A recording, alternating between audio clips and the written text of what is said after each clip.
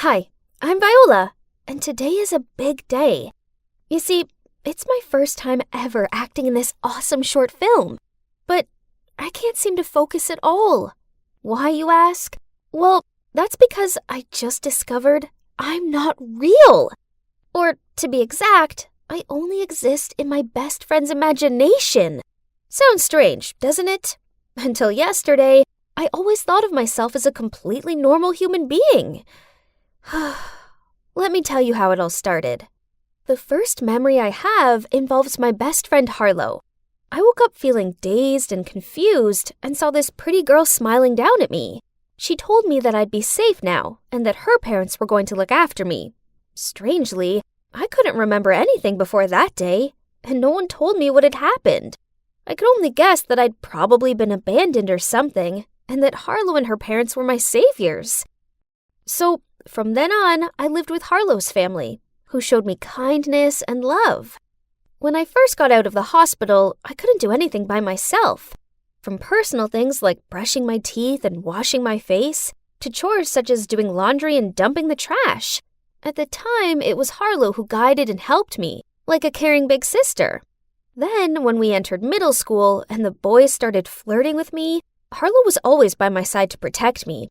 She told me how they would never like a plain, boring girl like me, and that they were only doing this to get close to her, as she was very beautiful. If I had a decision to make, big or small, I always consulted Harlow first, as I knew she'd know best. But recently, I noticed that Harlow was acting short-tempered with me. When I got a better grade on my English essay than her, she told me I only got that mark as the teacher just felt sorry for me. Then she stormed off. Man, I didn't mean to upset her, and it was really unfair that the teacher didn't give her the grade she deserved, as she's far smarter than I am. Then last week, this boy called Hank in our school's film club held open auditions for his short film project. Harlow was desperate to be in it, so I decided to go along with her for support. I thought Harlow's audition was marvelous, but for some reason, she wasn't picked. I was about to leave too, but then Hank asked me if I wanted to audition. So I did, and you know what? I got the lead role. I was so surprised, and so was Harlow. She insisted that they were just tricking me and I shouldn't take the part, as why would they choose a girl with ordinary looks like me to play the female lead? But still, I wanted to give it a try.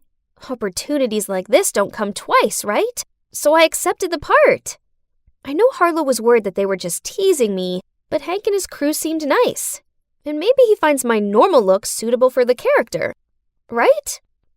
The morning before the shooting day, I asked Harlow to lend me her pretty white dress to wear to the shoot. Harlow looked annoyed as she said, "You spilled coffee on that dress last time you borrowed it, remember? You didn't even bother taking care of it, and now the stain's still there." "No way! I remember washing it before returning it to you." "Well, then you remember it wrong. It's my dress, so I'm hardly going to forget what you did to it, am I?" Then she left in a temper. Strange. I remember using vinegar to clean the coffee stains, as it took me ages to scrub it off. But it is true that my memory isn't all that good.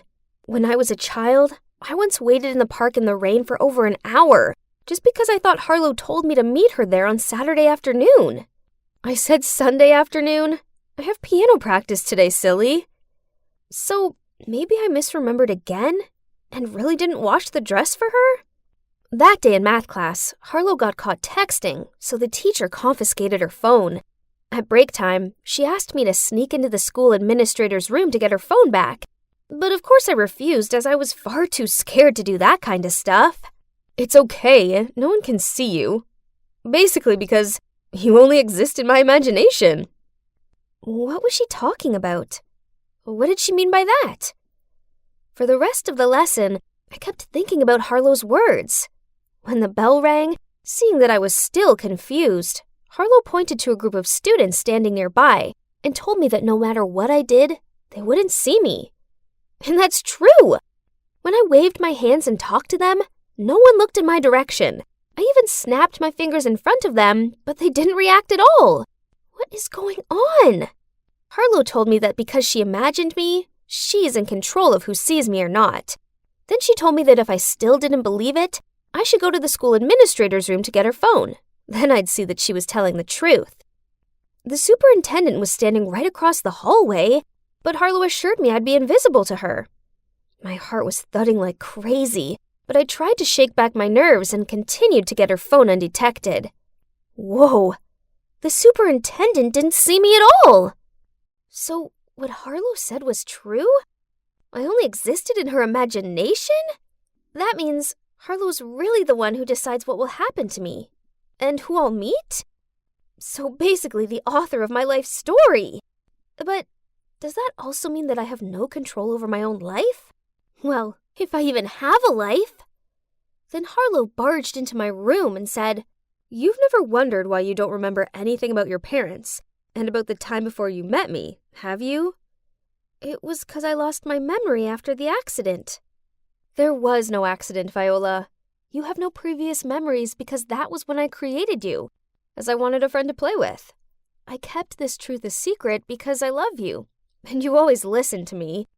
But you've been so headstrong lately. After Harlow left, I found myself feeling so down.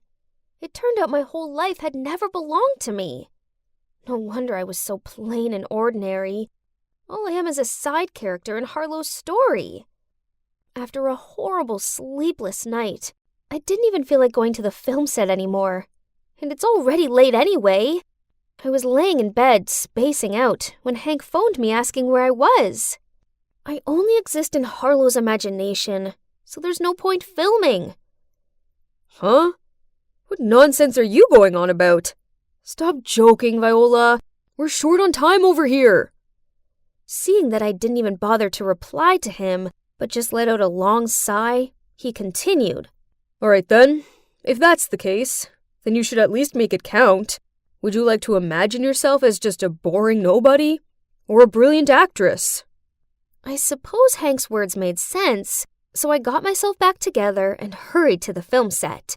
Even if I'm imaginary, I'll make this unreal life of mine unimaginably awesome.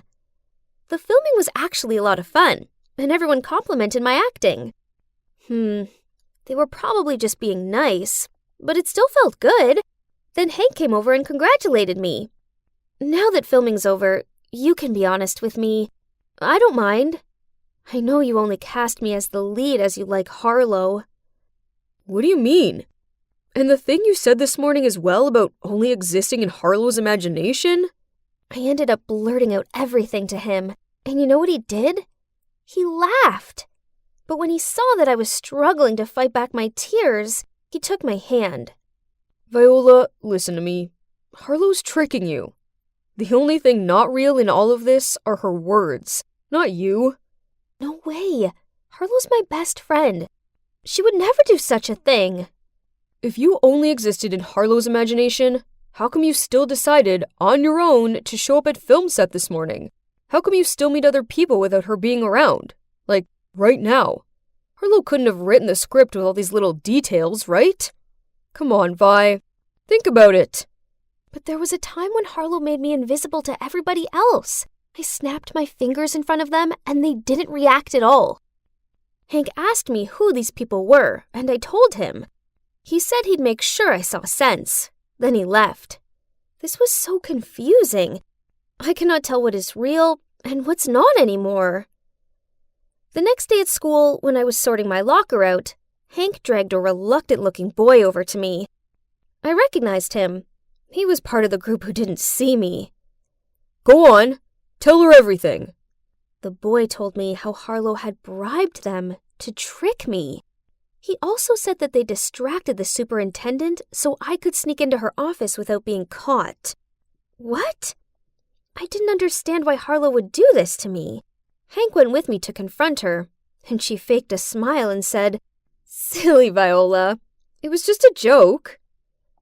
So what about the fact that I can't remember anything about the time before I met you? You said there was no accident.